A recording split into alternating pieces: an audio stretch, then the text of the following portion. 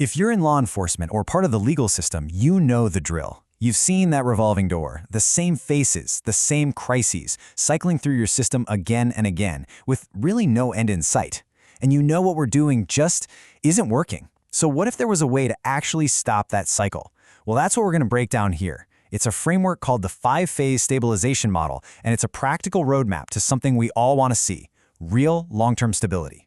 And this isn't just some abstract theory. This is a life. This is the stark difference between someone ending up in a prison cell versus on a path to recovery.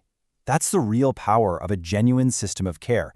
It doesn't just manage incidents, it literally changes lives. Because let's be honest about the alternative, right? Right now, in places like Kentucky and so many others, our jails and our emergency rooms have become the de facto mental health system.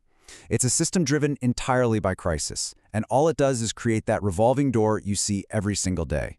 The whole point of this model is to stop that cycle, to build an actual system of care instead of just lurching from one crisis to the next. So if we're going to build a better system, we first have to really understand who we're trying to serve. It's not just about managing behavior. It's about understanding the complex clinical reality that's driving it. So the big question is, why do our usual approaches so often fail this specific group? Let's dig into that. Okay, this right here. This word is one of the single biggest hurdles we face: anosognosia. It's a neurological symptom of the illness itself. It's not someone being stubborn or in denial. When a person has impaired insight, their brain literally cannot process that they are sick, so expecting them to just choose treatment or comply with their medication, well, it's like asking someone with a broken leg to just get up and walk it off. Understanding this one concept really changes everything about how we have to approach things. So, the five-phase model is built specifically for this population. We're talking about individuals with a serious mental illness who are often experiencing psychosis and, a lot of the time, have a co-occurring substance use disorder.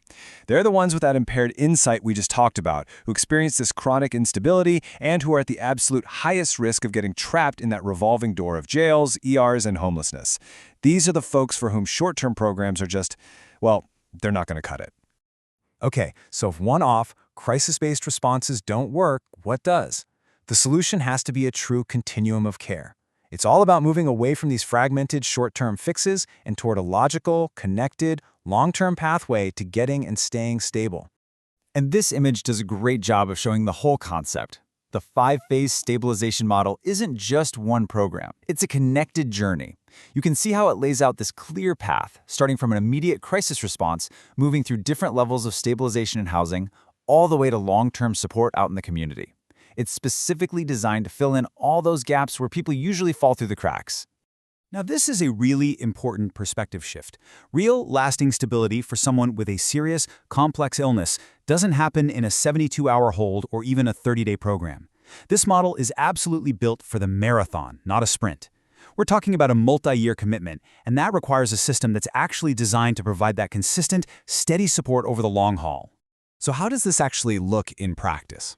Let's just walk through it. Phase 1, that's your initial inpatient crisis stabilization.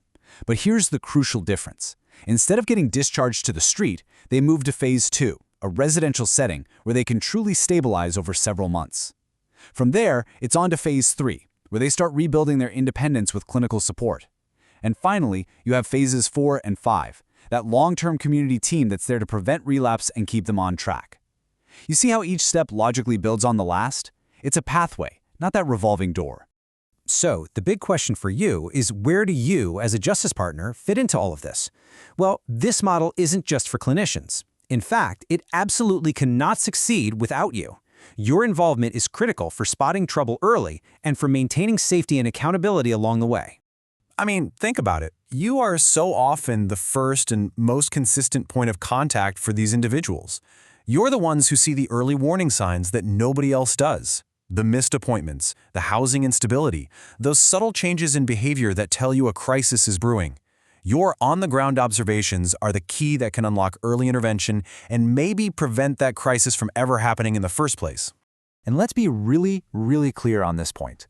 The goal here is to give you a reliable partner that you can hand off to. This model is built to support you, not to add more to your plate. It gives you a clear referral path, and a team that actually takes over the clinical stabilization so you can get back to focusing on your primary duties. And this slide really shows you that team in action. You're the eyes and ears on the ground, providing that critical intelligence and safety context. Then you have advocacy groups that help navigate the system and fight for resources. And then you have the clinical provider who delivers that long-term care through the later phases. See, everyone has a clear role and everyone's working together. The bottom line is, you're not in this alone.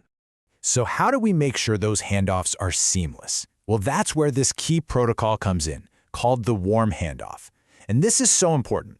It basically means you, the referring officer, don't just drop someone off at a crisis center door and leave. You stay until the receiving provider has formally taken over their care. It's a simple step, but it prevents people from falling through those cracks, a tragedy I think we've all seen happen way too many times. Okay, so what's the bottom line here? What are the actual results when you shift from this system of constant crisis response to a coordinated system of care? The payoff is huge, and not just for the individual, but for the entire community and, frankly, for your departments. Here it is. This is the impact. You see a real measurable reduction in that jail cycling and those repeat ER visits. You actually prevent crises before they escalate, which makes everyone safer. And what's really critical for you is that the system provides clear communication and progress reports. You actually know what's happening with the people you refer. It closes the loop, it lowers costs, and ultimately it just creates better, more sustainable outcomes for everybody involved. And that really brings us to the final crucial question. It's one we should all be asking ourselves when we look at our own communities, when we look at how we treat our most vulnerable neighbors. Have we built a system that just lurches from one crisis to the next? Or have we truly built a system of care, one that's actually designed for healing, for stability, and for real recovery? This model offers a blueprint for how to build that system of care. Definitely something to think about.